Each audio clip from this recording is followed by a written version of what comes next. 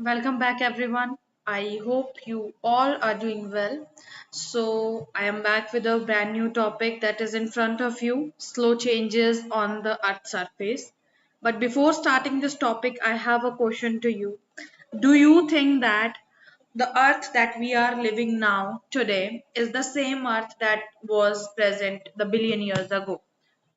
Let me clear that thing that the answer is no. Earth changes constantly, whether slow changes and fast changes as well, which we are going to discuss in the class itself. Slow changes are today's topic. So definitely, Earth is not same as the billion years ago. It was different than today. But before that, of course, you have to tell me, did you know that the earth constantly changes in the past? Did you know that thing? Today, so I am also going to give you the answer, and I also gave you the indication that there is nothing like that. It is the same overall. So definitely it changes constantly.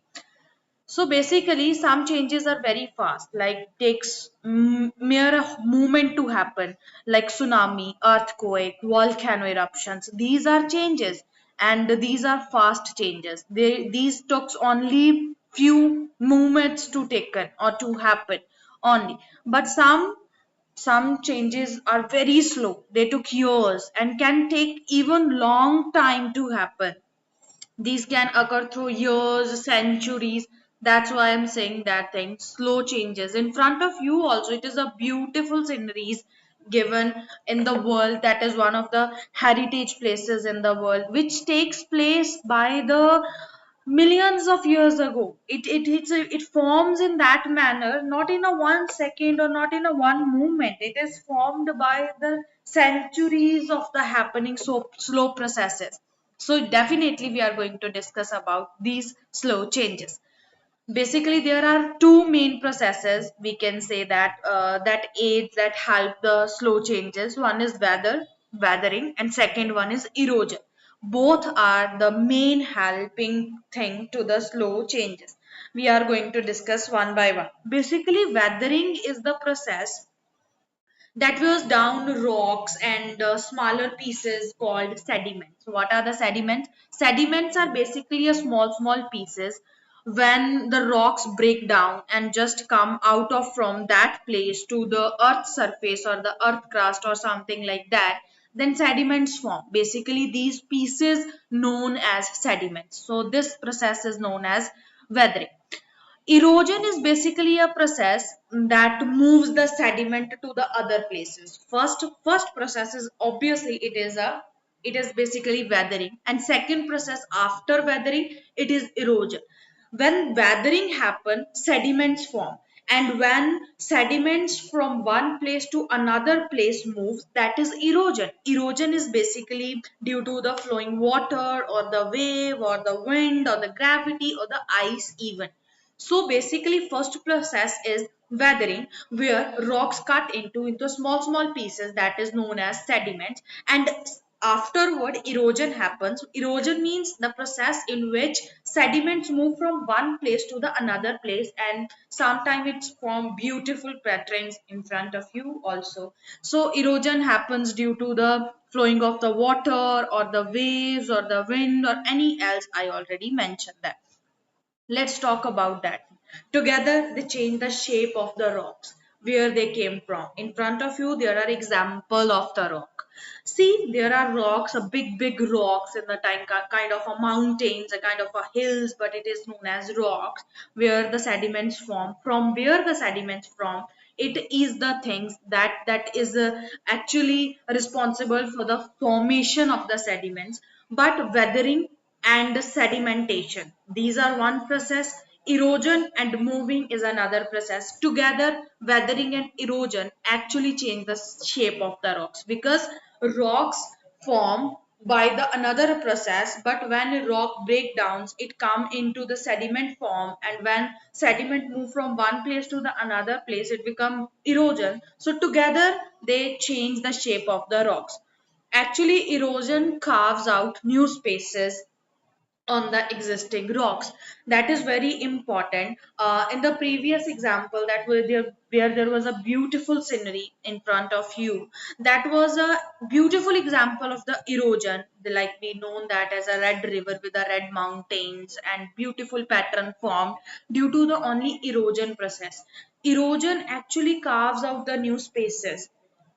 If there is a pattern of a very big rocks present, and somehow you just take an example, there is a some kind of flowing river or any water bodies, or suppose there are gravity is so high and wind kind of pattern is so high at their places, then what happened, that all the things actually produce erosion, and erosion actually carves out the new spaces in between the even existing rocks, which form beautiful patterns, which was already I shown you in the first of the diagram. And if we talk about the sediments, sediments that carried away are deposited in the another place. Over the times it settles and create a new landform. Some landform was not present at that moment in the years ago, but now there are some beautiful landforms that is present due to the sedimentation moving only process, due to the erosion process. So basically sediments get carried away from the deposit sediments or whatever the places, and they deposit it on the another places. Over the time when it's settled and again this process happened, it creates a beautiful new landform. So this is basically how the earth shapes change. Because of these processes, the earth looked very different a million years ago. I already mentioned that thing. Earth in the starting of the era, if we talk about, it was an ice age, and we know that it was an ice age, but over the time lots of processes happened and lots of things happened. Sedimentation, metamorphic rocks changes into another form of the rocks, igneous rocks, again metamorphic rocks. Lots of things are happened actually in the earth. Simultaneously erosions happen, water flow happen, and these all processes actually make that possible, that earth is very different now as compared to the earth that was in the million of years ago. So that is all about the topic, where we have learned that lots of things and with the beautiful scenery patterns as well. Let's summarize all this topic. That first thing that we heard about this thing, that Earth was very different from the starting point to the till now, from the millions of years ago to till now. Earth is completely different. Why? So there are two kind major changes are there. One is fast changes and second one is slow changes.